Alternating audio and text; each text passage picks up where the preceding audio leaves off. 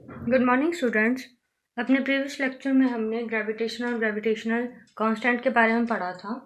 आपका chapter number 10 of physics that is gravitation continued है। सो आज हम पढ़ेंगे free fall of a body. So what do you mean by free fall? Free fall का मतलब है कि कोई बॉडी बिना किसी फोर्स के अचानक गिरने लगे under the effect of gravity. अब यहाँ पे sentence under the effect of gravity का मतलब है कि सिर्फ उस पर ग्रेविटेशनल फोर्स ही लगेगी। मतलब कि जो अर्थ का सरफेस है, सरफेस ऑफ अर्थ है, वो बॉडी को अपनी तरफ अट्रैक्ट करेगा। किसकी वजह से? बॉडी या बॉल जो भी है, एप्पल हो चाहे, जैसे हमने न्यूटन का आइडिया देखा था कि एप्पल अर्थ के एटमॉस्फेयर के अर्थ के सरफेस के टुवर्ड्स ही गिरता है हमेशा। क्यों? Because of gravitational force. तो यहाँ पे भी क्या होगा, जो बॉडी है वो ग्रेविटेशनल फोर्स की वजह से अर्थ के सरफेस की तरफ अट्रैक्ट होगी। अब यहाँ पे एक्सटर्नल फोर्स नहीं अप्लाई हो रही है। एक्सटर्नल फोर्स कैसे? मतलब जैसे कि आप बास्केटबॉल में, जब आप बास्केटबॉल खेलते हो तो आप बास्केटबॉल को जोर से अर्थ की तरफ प्रेस करते हो या धक्का देते हो, ठीक है, फोर्स लगाते हो अपनी बॉडी की उस पर। तो वहाँ क्या आप यूज़ कर रहे हो? External force. बट जब कोई बॉल फ्रीली गिर रहा है, आपके हाथ से छूट जाए, वो क्या हुआ? Free fall. आपने कोई फोर्स नहीं लगाई है उसे अर्थ तक पहुँचाने के लिए, ठीक है, अर्थ के सरफेस तक पहुँचाने के लिए। सो whenever the object falls whenever the object falls towards the surface of earth under the effect of gravity, ठीक है, under the effect of gravity या फिर ग्रेविटेशनल फोर्स, उसको क्या बोलते हैं? Free fall. That fall is called free fall. अब देखो, जब एक बॉडी फ्रीली गिर रही होती है तो उसमें क्या क्या चेंजेस ऑब्जर्व होते हैं, ठीक है। जो डायरेक्शन ऑफ मोशन है, नॉर्मल सी बात है, वो चेंज नहीं होगा। मतलब कि टुवर्ड्स द अर्थ ही ऑब्जेक्ट गिरेगा। डायरेक्शन किधर होगी? Towards the earth. But there will be change in magnitude of velocity. अब देखो, आप कोई एक्सटर्नल फोर्स लगाओगे तो ऑब्जेक्ट जो है वो तेजी से गिरेगा। बट जब वो under the effect of gravity गिरेगा तो जितना ग्रेविटेशनल अट्रैक्शन होगा, जितना फोर्स ऑफ ग्रेविटेशन होगा, उतने ही मैग्नीट्यूड की क्या होगी? वेलोसिटी, ठीक है। तो आप क्या लिखोगे? There is no change in the direction of the object but there will be change in magnitude of velocity. No change in direction of motion but change in magnitude of velocity, ठीक है। ये हो गया आपका free fall. Free fall of a body क्या होता है? अब नेक्स्ट टॉपिक है हमारे पास एक्सेलरेशन ड्यू टू ग्रेविटी।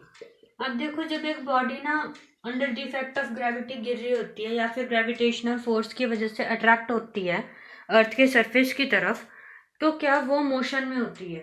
और किसी भी मोशन को, जब भी कोई बॉडी मोशन पोजेस कर रही होती है तो वो किसके इफेक्ट के अंदर होती है? वेलोसिटी के। मतलब वो बॉडी वेलोसिटी भी पोजेस करती है। वो ऑब्जेक्ट किसी ना किसी वेलोसिटी से चल रहा होता है अगर वो मोशन में है, ठीक है। अगर वो वेलोसिटी चेंज हो रही है तो that is with time, that is acceleration. Acceleration क्या होता है? Change in velocity with respect to time, ठीक है। तो अगर वो वेलोसिटी चेंज हो रही है तो देयर इज ऑल्सो एक्सेलरेशन। अब वहां पे जो एक्सेलरेशन होता है वो किसकी वजह से होता है? ग्रेविटेशनल फोर्स की वजह से। Because velocity is also due to gravitational force, thus acceleration will also be due to gravitational force. तो that acceleration due to gravitational force is called acceleration due to gravity. Acceleration due to gravity को किससे designate किया जाता है? Small जी से। अब देखो यहाँ पे एक हमारे पास ग्रेविटेशनल कांस्टेंट था, जो क्या था? कैपिटल जी से डिनोटेड होता था। अब जो हमारे पास एक्सेलरेशन ड्यू टू ग्रेविटी है, that is denoted by small g. ठीक है। Whenever an object falls toward the earth, an acceleration is involved. This acceleration is called gravitational force, and therefore it is called, this acceleration is due to gravitational force, therefore it is called acceleration due to gravity. अब इसकी SI unit क्या होती है? SI थोड़ा सा लिख देती हूँ मैं, डेफिनेशन लिख देती हूँ पहले इसकी। Whenever an object falls under the gravitational force, there is an acceleration due to gravitational force. That acceleration due to gravitational force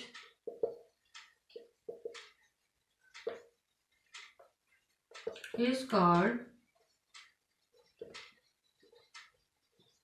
acceleration due to gravity. It is denoted by small g. ये line लिख लेना इसमें, it is denoted by small g.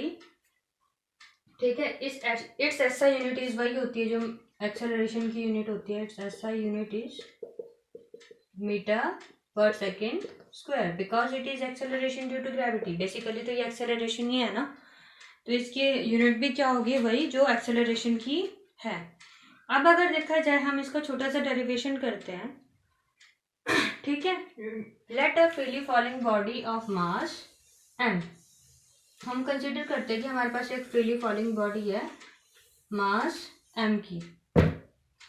Late a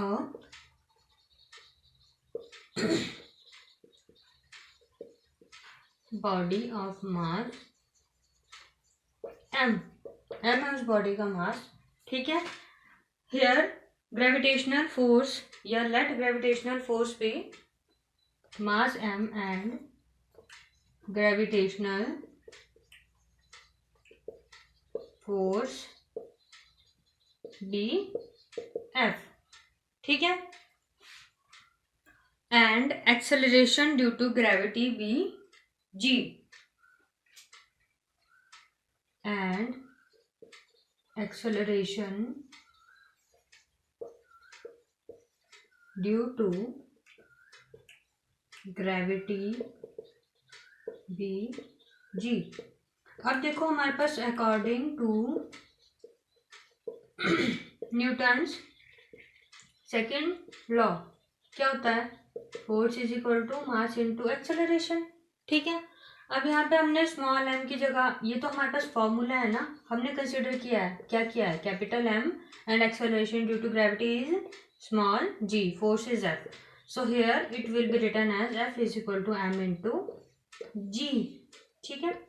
mark it as equation 1। Also according to universal law of gravitation, universal law of gravitation क्या है हमारे पास? Force between या two bodies attracting each other with gravitational force, two bodies attract each other with a gravitational force, and that force is directly proportional to the product of their masses and inversely proportional to the square of distance between them. तो simple सी बात है, physical वहां पे जो हमारे पास proportionality constant था, that was capital G, gravitational constant. Formula was m into m product of their masses and square of distance between them. Mark it as equation 2. ठीक है, इक्वेटिंग इक्वेशन 1 and 2. ये भी f के equal है और ये भी f के इक्वल है, तो हम इन दोनों को इक्वल पुट कर सकते हैं. देखो कैसे लिख रही हूं मैं, mg equals to f equals to g m upon d square.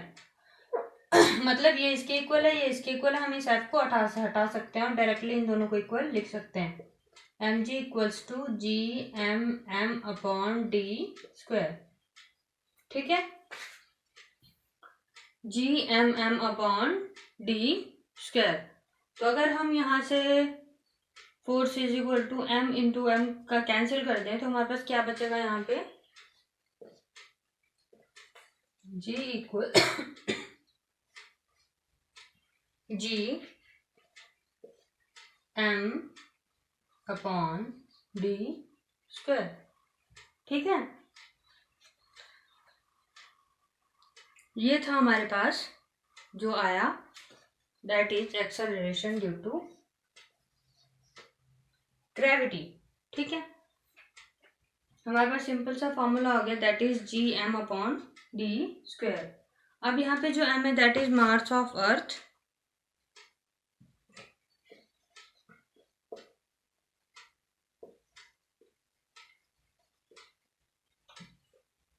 ठीक है, और जो यहाँ पे हमारे पास डी है that is distance between object and अर्थ.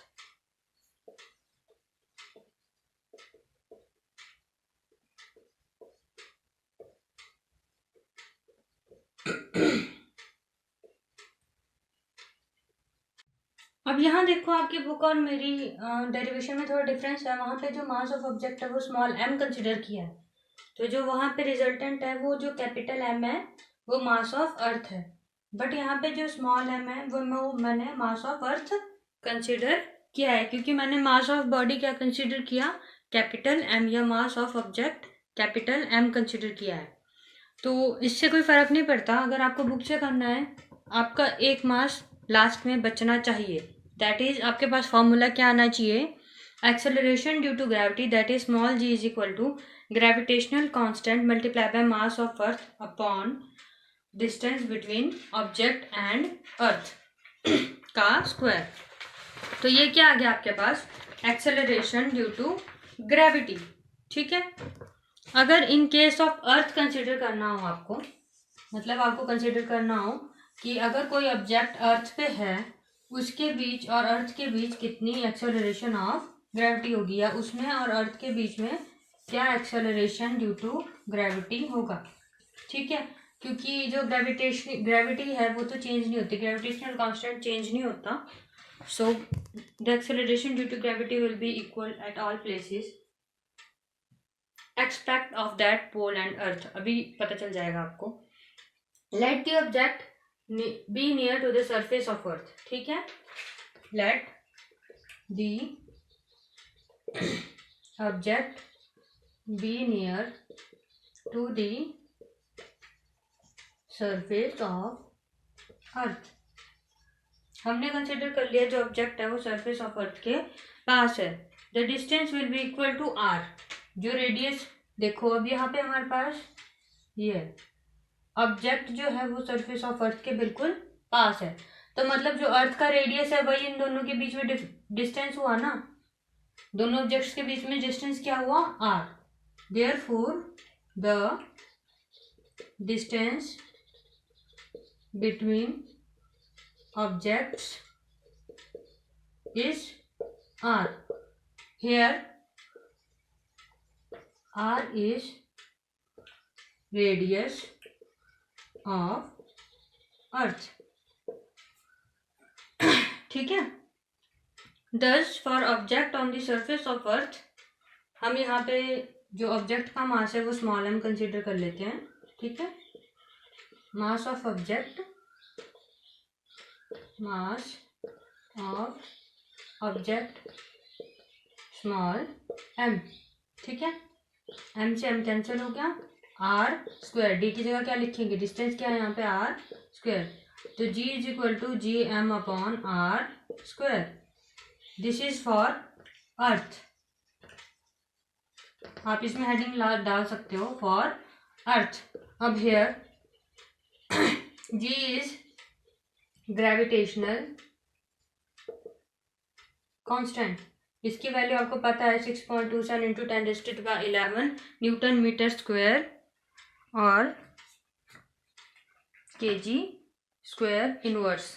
ठीक है, यही थी इसकी वैल्यू। न्यूमेरिकल वैल्यू मैंने आपको लिखाई थी कल 6.27 into 10⁻11 newton metre square kg metre square inverse, sorry kg square inverse. ठीक है, और m क्या है यहाँ पे? Mass of earth. और r क्या है? Radius of earth. ठीक है, अब ये सारी चीज़ें जो हैं हमारे पास न्यूमेरिकली अवेलेबल हैं। ग्रेविटेशनल कांस्टेंट भी, मास ऑफ अर्थ भी और रेडियस ऑफ अर्थ भी।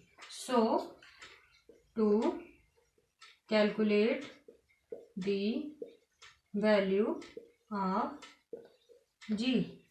ठीक है, अगर g की वैल्यू कैलकुलेट करनी हो तो हम सिर्फ इन वैल्यूज को पुट करेंगे।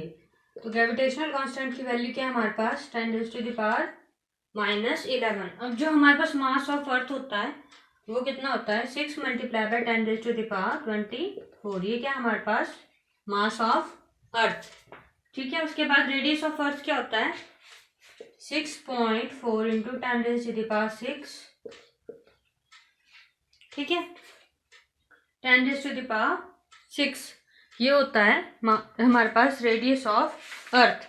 इनका स्क्वायर, जो ये है रेडियस, इसका स्क्वायर होगा क्योंकि फॉर्मूला में इसका स्क्वायर है। तो ये सारी वैल्यूज कैलकुलेट करने के पास हमारे पास जी की वैल्यू क्या आ जाती है? That is 9.8 metre per second square. That is acceleration due to gravity on the surface of earth. ठीक है, अगर हमें न्यूमेरिकली फाइंड आउट करनी पड़े या फिर हमें न्यूमेरिकली किसी फॉर्मूला में पुट करनी पड़े acceleration due to gravity on the surface of earth की वैल्यू, तो हम क्या पुट करेंगे? 9.8। तो मतलब अगर इस फॉर्मूला में हमें जी पता है, जी भी यूनिवर्सली है, सेम रहती है। अगर हमें जी पता है, ग्रेविटेशनल कांस्टेंट पता है, तो और इन दो में से मास और रेडियस में से कोई एक क्वांटिटी गिवन हो तो हम मास फाइंड आउट कर सकते हैं और रेडियस भी फाइंड आउट कर सकते हैं। क्योंकि जी और gravitational constant small G and capital G both are universal, मतलब ये कहीं भी चेंज नहीं होती है। तो हम मास ऑफ जो भी ऑब्जेक्ट जिसकी भी acceleration due to gravity find out करनी है या फिर मास फाइंड आउट करना है वो हम इजीली फाइंड आउट कर सकते हैं। अब आ जाता है हमारे पास next topic, motion of object under the effect of gravity. ठीक है, अब देखो हमारे पास जो मोशन की इक्वेशंस थी हमारे पास, या इक्वेशन ऑफ काइनेमेटिक्स बोलते हो जिसे आप लोग, equation of kinematics that is equation of objects under motion या equation defining the motion of objects. तो हमारे पास क्या थी? पहले मैं हेडिंग लिख लेती हूँ, motion of object under gravity. तो हमारे पास इक्वेशंस क्या थी? सबसे पहले यहाँ पे नोट डाउन कर लेते हैं, रिकॉल कर लेते हैं। v is equal to U plus A T. अब देखो इसे साथ के साथ मॉडिफाई भी कर लेते हैं। तो हमारे पास यहाँ पे क्या चीज़ है? इनिशियल वेलोसिटी भी ऑब्जेक्ट की होगी, फाइनल वेलोसिटी भी होगी, बट एक्सेलरेशन क्या होगा? Due to gravity. ठीक है, नेक्स्ट इक्वेशन थी हमारे पास v square minus u square is equal to 2as। Acceleration due to gravity ही यहाँ पे चेंज होगा, दैट इज 2gs। सब में जो एक्सेलरेशन है उसकी जगह क्या आ जाएगा? g ut plus half of at square. s is equal to ut plus half of at square होता था ना, तो यहाँ पे हमारे पास क्या आ जाएगा? s is equal to ut plus half of gt square. ये क्या आ गई हमारी? जब कोई भी object under the effect of gravity fall कर रहा हो या फिर उसका जो मोशन है वो ड्यू टू ग्रेविटेशनल फोर्स हो या फिर under the effect of gravitational force हो, या ग्रेविटेशनल फोर्स कुछ कंट्रीब्यूट कर रही है, आपने भी फोर्स लगाई है, तो इन इक्वेशंस के द्वारा या इन इक्वेशंस की हेल्प से आप उसके मोशन को फाइंड आउट कर सकते हो।